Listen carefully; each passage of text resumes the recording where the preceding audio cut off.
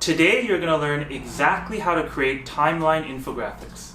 And I'd like to point out that this video doesn't include any useless info. Instead, it includes actionable steps, like the creation process and how to put that plan into action. I'll also show you some exceptionally designed infographics to help you get inspired. I'm Alex G, a growth marketer at Venngage. And if you want to create stunning infographics, make sure to watch the rest of this video.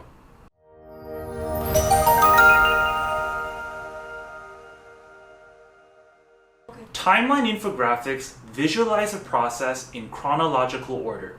They help tell a story that readers will enjoy, and they can be used in almost any industry.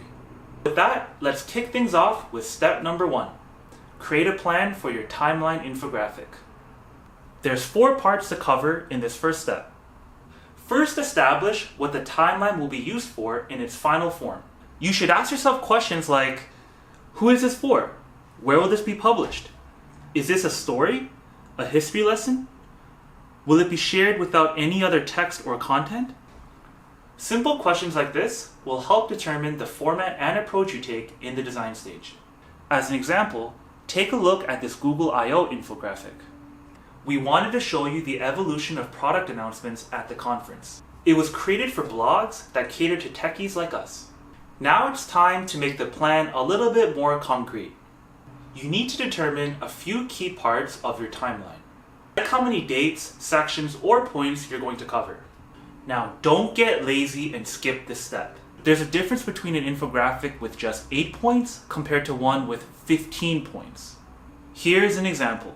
The infographic on the right about Elon Musk can stand on its own, and it has over 90 individual points. In contrast, the example on the left only has 20 points, and it's most likely a summary of a larger article.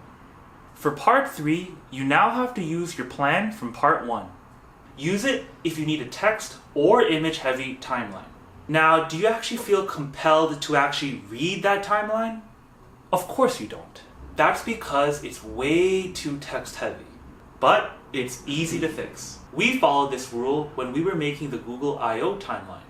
When we first started, each point had a rather large body of text that accompanied every point. But we realized that it was way too ridiculously long, and that's where we implemented this rule.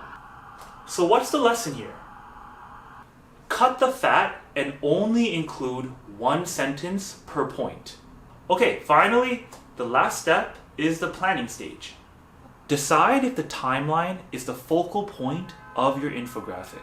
For example, this timeline only takes about half the infographic. The designers combined a timeline with a more traditional infographic to create something that's a little bit more useful to the readers. Step 2, pick a layout for your timeline. This is where you can now make some critical design choices. I recommend vertical timelines for both desktop and mobile use, as they're generally easier to read. Horizontal timelines should only be used if you're planning to print out your infographic.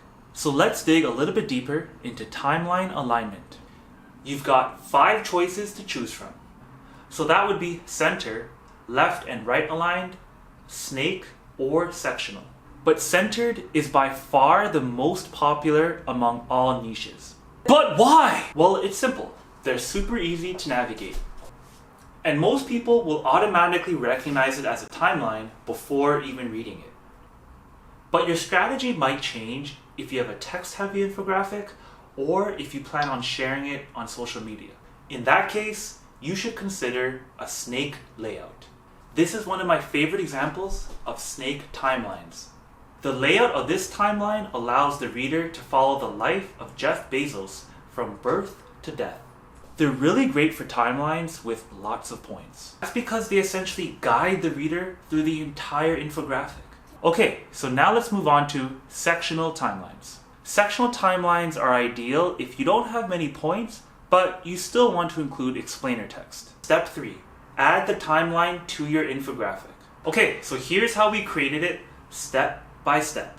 We started by deciding to use a timeline layout. Start by selecting a line from the icon bar and drag it to the center of your blank page. This is your connecting line. Then, select the line width from the drop-down menu. For this line, we used a 2-pixel width. Select a color for the connecting line. And finally, make sure to lock the timeline in place using the lock button. This simple step keeps you from accidentally moving the line while you add more elements. Turn on the magnet and grid tool. Make it easier to neatly align the objects on the page. That was simple, wasn't it? Now that you have the bare bone details of your timeline set up, we can go ahead and fill in the details. With that, let's move on to step number 4.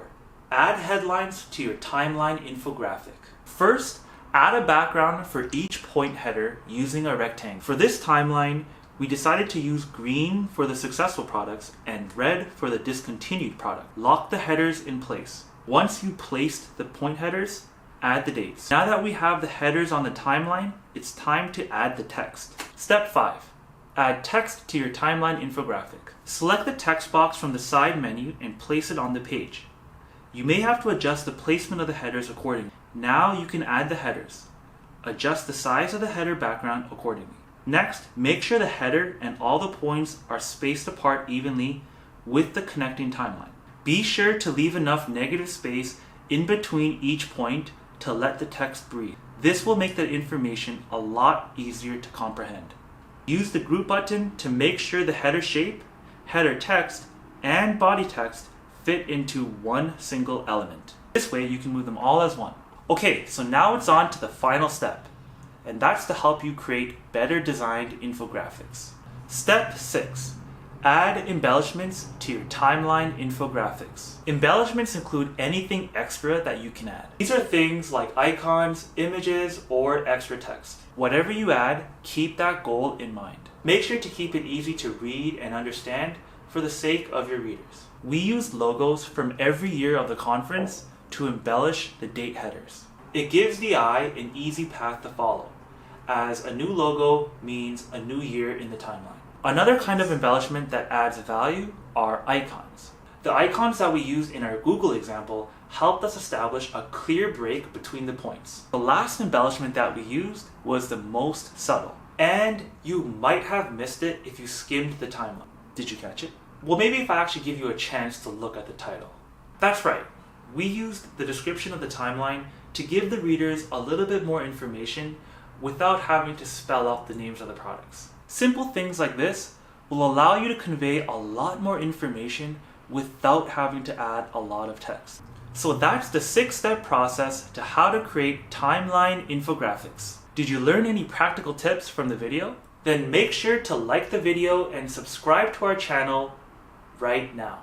Also, I encourage you to check out Venngage if you want a super and simple tool to create your own timeline infographics. You don't even need design skills, and we have over 1,000 templates to choose from.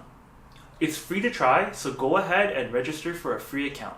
Now, I'd like to turn it over to you. Which type of timeline infographic do you plan to create? Are you going to show the history of your company? Or maybe you want to show a client your design and sales process. Maybe it's a timeline of the history of a person's life. Let me know by leaving a comment below. Thanks for watching, and I'll see you next time. But why?